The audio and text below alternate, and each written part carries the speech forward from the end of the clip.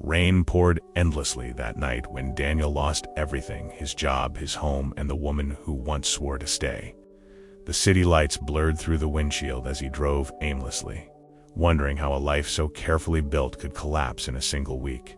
He parked by the old pier, the same place he used to visit with Emily. The wind howled, carrying the scent of salt and regret. Daniel stepped out, shoes sinking into puddles, and for the first time, he allowed the weight of silence to swallow him whole. His phone buzzed, flashing unpaid bills and unanswered messages. He tossed it aside. For years, Daniel had been chasing success, believing that worth was measured by numbers, promotions, and applause. Now, stripped of all that, he didn't even recognize his own reflection. Morning came gray and cold. He wandered to a nearby diner, buying coffee with the last of his coins. The waitress smiled kindly. Her namatag read Lena. "Rough night?" she asked. He nodded, unsure how to explain a collapse that words couldn't contain. Days turned into weeks. Daniel found himself sleeping in his car, eating from charity boxes behind the diner. Pride faded fast when hunger grew louder. Sometimes Lena would sneak him leftovers, pretending not to notice the tremor in his hands. One evening, as he sat watching the sunset over the harbor, an old man sat beside him. "You look like you've met the end," the man said softly. "Maybe," Daniel replied. The man smiled. "Then you're lucky. Endings are just beginnings we don't yet understand." His name was Arthur, a retired sailor who spent most nights near the docks. They talked for hours about storms, loss, and the strange peace that follows surrender. "You're still breathing," Arthur said. "That means the story's not over yet." Inspired by Arthur's words, Daniel began helping at the small shelter by the pier. He swept floors, served soup, and listened to stories of people who'd fallen even harder. Each tale mirrored his pain, yet offered quiet proof that healing was possible. Lena noticed the change. "You're smiling more," she teased one morning. He shrugged. "Guess I finally stopped trying to fix the past." Her eyes softened. "Maybe you're learning to live again." He didn't reply, but deep inside, her words warmed something long frozen. Winter arrived. The nights were harsher, but Daniel's heart felt lighter. He spent his evenings talking with Arthur, who shared tallies of distant seas. "The ocean taught me," Arthur said, "that calm only comes after you've survived the waves." Then, one night, Arthur didn't show up.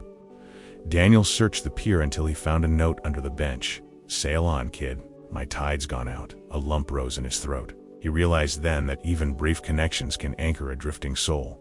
Grief returned, but it was gentler this time. It reminded him that loss was proof of having loved. He carried Arthur's words with him, letting them guide each small act of kindness. For the first time in months, Daniel felt purpose again. He applied for a part-time job at the shelter. The manager, a soft-spoken woman named Claire, recognized his dedication. "You've been one of us long before this," she said, handing him an apron. It wasn't much, but it felt like a new beginning. Every day, Daniel listened to veterans, to widows, to lost souls searching for home. Each story reflected a piece of his own brokenness, yet also whispered resilience. Pain, he learned, wasn't the enemy. It was the teacher that stayed until lessons were learned. One afternoon, Lena brought him coffee. "You look different," she said. "Lighter." Daniel smiled faintly. "Maybe because I stopped asking why me and started asking what now." She nodded, eyes glistening. "That's when life starts answering back." Spring painted the pier with sunlight and seagull songs. Daniel organized small art sessions for shelter residents, letting them draw fragments of their journeys. It was messy, emotional, and beautiful. Somehow, through their art, he began painting himself whole again. One of the residents, a young boy named Theo, drew a picture of a man standing on a cliff facing the rising sun. "That's you," he said proudly. Daniel smiled, though his eyes burned. Maybe hope had been hiding here all along, among forgotten souls. As the days grew warmer, Daniel visited the pier less to mourn and more to breathe. The ocean no longer felt like a mirror of his pain, but a reminder of vastness, of endless tomorrows waiting to be lived. He whispered, "Thank you, Arthur," into the waves. One evening, Lena joined him by the water. "Ever think of starting over somewhere new?" she asked. Daniel looked at the horizon. "Maybe, but I think I finally found something worth staying for." She smiled. "Then maybe that's your new beginning." The tide shimmered beneath the dying sun. Daniel stood silently, feeling the pulse of life returning. He had lost everything, but in that emptiness, he discovered what truly mattered. The story wasn't over. In truth, it was only just beginning. Months passed since Daniel's first night at the shelter. The rhythm of helping others became his heartbeat. He no longer counted days by what he'd lost, but by the smiles he'd managed to lift. Still, sometimes, the silence at night whispered old memories. He began journaling, scribbling words Arthur once said, "The tide returns for those who wait with open hands." The phrase echoed through him like prayer. Each sentence he wrote became a small act of rebuilding, a bridge from who he was to who he was becoming. Claire noticed his growing spark. "We're short on coordinators," she said one morning. "I think you'd be perfect." Daniel hesitated. "Me? I'm no leader," she smiled knowingly. "Leaders aren't the ones who stand tall. They're the ones who kneel beside others and lift them up." He accepted, his days filled with plans, volunteers, and laughter. For the first time in years, Daniel felt his steps guided by purpose rather than fear. Every task, every life touched became a quiet tribute to Arthur, to the lessons born from pain. One evening, Lena invited him to a community fair. The smell of roasted corn and children's laughter filled the air. Daniel hadn't felt so alive in ages. As fireworks painted the sky, he whispered, "Maybe life isn't about avoiding storms, but dancing in the rain." They talked late into the night. Lena shared her own story, how she'd once been homeless too, sleeping behind the same diner she now worked in. "We all fall," she said softly, "but some falls are blessings in disguise." Daniel smiled. "Guess we both learned to rise."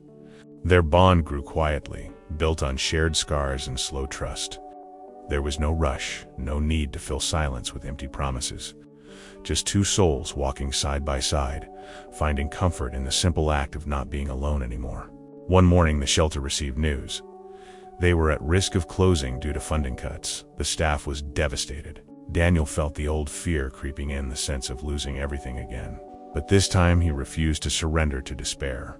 He organized a fundraiser, reaching out to locals, artists, and business owners. He even convinced Lena to host an open mic night at the diner. "People need to hear these stories," he told her. Not out of pity, but out of shared humanity. The night of the event, the diner was packed. Poems, songs, and stories filled the air, each one raw and real. When it was Daniel's turn, he took the mic with trembling hands and said, "I lost everything once, but in this place, I found what truly matters." His words rippled through the crowd like a quiet storm. When the night ended, donations poured in, more than enough to save the shelter. Daniel stood in disbelief, tears catching the light. It wasn't just money that saved them, it was hope, reborn. Later, as they cleaned up, Lena hugged him. "Arthur would be proud," she whispered. Daniel nodded, swallowing emotion. "He taught me that we don't find meaning after the pain, we build it through the pain." Her eyes glimmered. "And you did." The following weeks brought new energy. Volunteers joined, the shelter expanded, and Daniel began leading workshops on resilience. He told others, "Healing doesn't erase the past. It teaches us how to carry it with grace."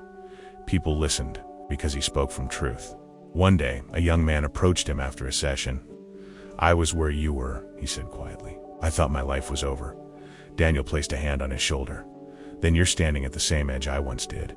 Don't look down, look forward." That night, Daniel walked by the pier again. The ocean glittered beneath a silver moon. He imagined Arthur's weathered face, smiling somewhere beyond the horizon. "You were right," Daniel murmured. "Endings really are beginnings in disguise." Lena joined him, hands tucked into her coat. "Thinking again?" she teased. He laughed softly. "Always." They stood in silence, listening to the rhythmic crash of waves. The sound no longer haunted him, it harmonized with his heartbeat. The future still held uncertainty, but Daniel no longer feared it.